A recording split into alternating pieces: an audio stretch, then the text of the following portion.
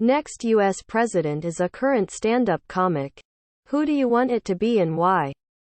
Greater than, everybody complains about politicians. Everybody says they suck. Well, where do people think these politicians come from? They don't fall out of the sky. They don't pass through a membrane from another reality. They come from American parents and American families. American homes. American schools.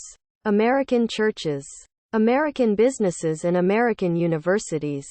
And they are elected by American citizens. This is the best we can do, folks. This is what we have to offer. It's what our system produces. Garbage in. Garbage out. Asterisk. Is it okay to still want Uncle George to be president? Bill Hicks and George Carlin aren't with us anymore. I'm really not sure who to choose now. Asterisk sorts by controversial, asterisk asterisk asterisk. Norm Macdonald because, well, you know, he is dead. Edit. For all the people commenting 1. He is Canadian. 2. What, he is dead? And 3. Something about his political views. I only have one thing to say to you. Whoosh. Joe Pera. We can all be healed by the gravity of his Mr. Rogers vibe.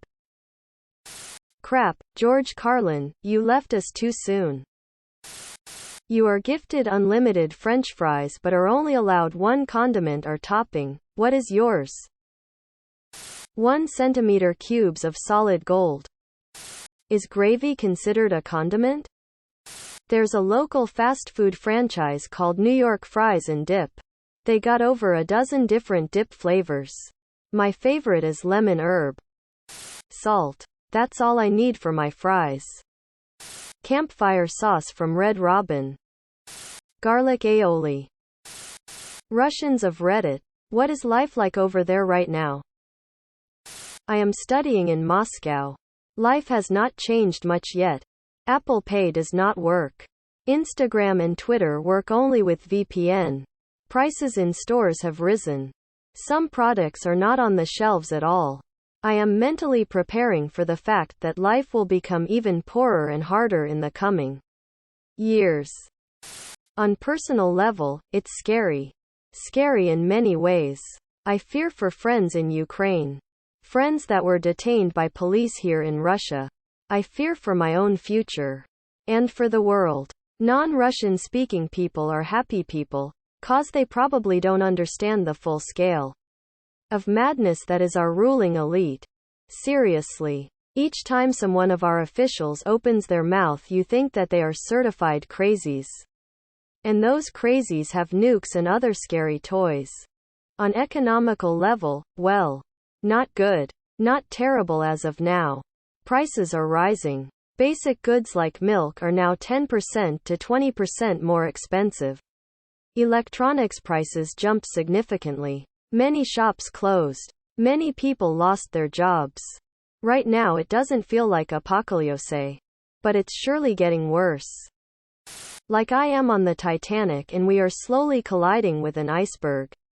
When you are trying to say something about it to the captain, you meet some sailors with batons. Constantly questioning myself, what will happen tomorrow? Will the borders close? Will banks nationalize my money? Will internet be closed from the outside or the inside? What big brand will quit next? What opposition member will be put in jail next? It sounds like a bad joke, but in the past few days, Facebook and YouTube were claimed to be extremist organizations. For example, many IT companies go out from country with workers. Many IT workers itself go out from country.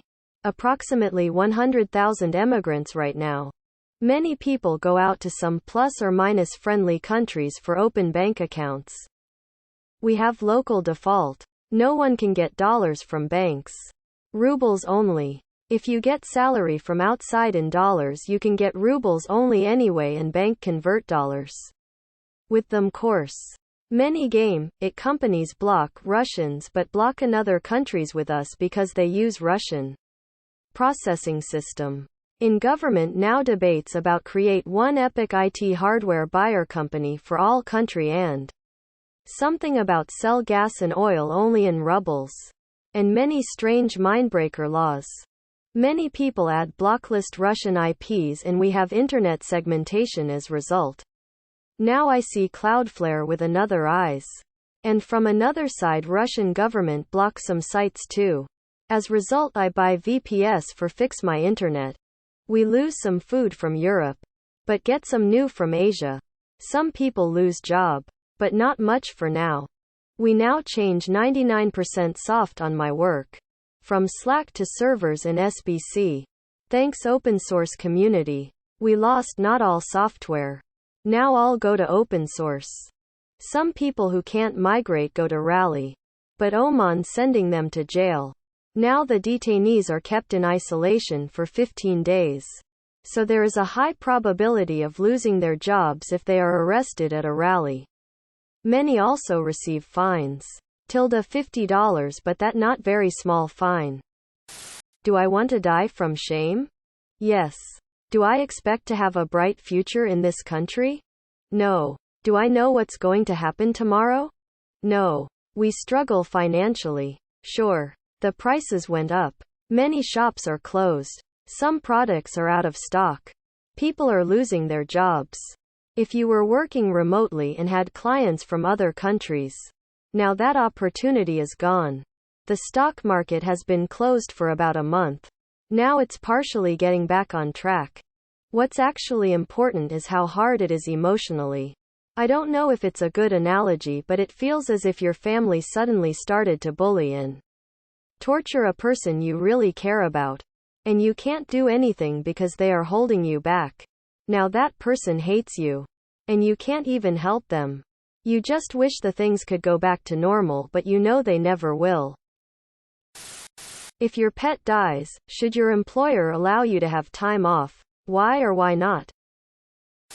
I don't believe an employer needs to know why someone needs a day off. I believe in PTO as a benefit that doesn't require explanation. If the time is earned, they don't need to know how I spend it. If I haven't earned the time, then it's unpaid. My son was sobbing when we lost our childhood pet and said, he was my best friend. He adored that cat for 14 years and slept every night with him. It hit me hard about how much he loved that cat.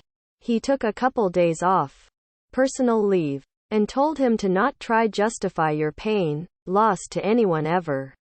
We all grieve and hurt differently. What else is time off for?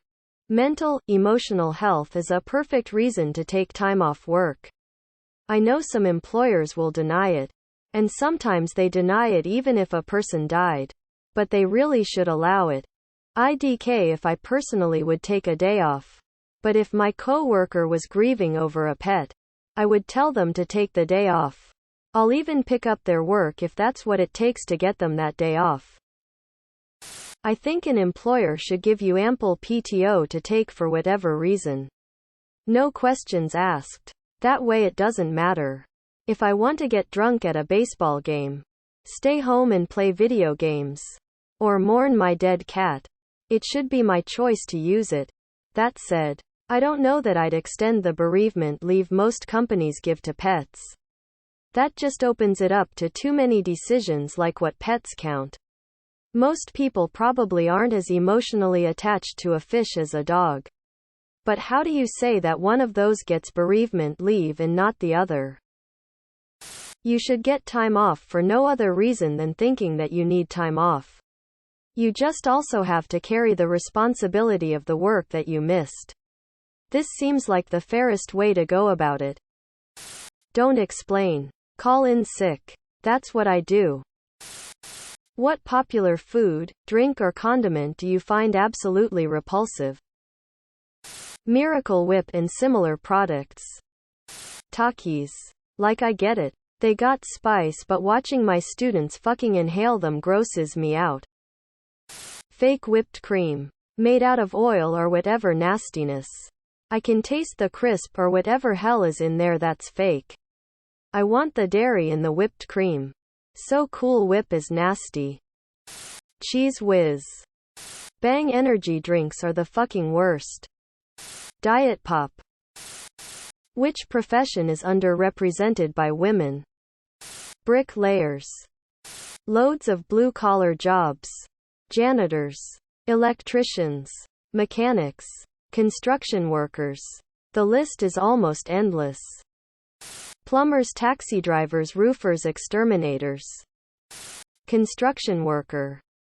Head coach for women's basketball, college and pro. Taxi, Uber, Lyft drivers. But I can't really blame them. Subscribe, my brothers.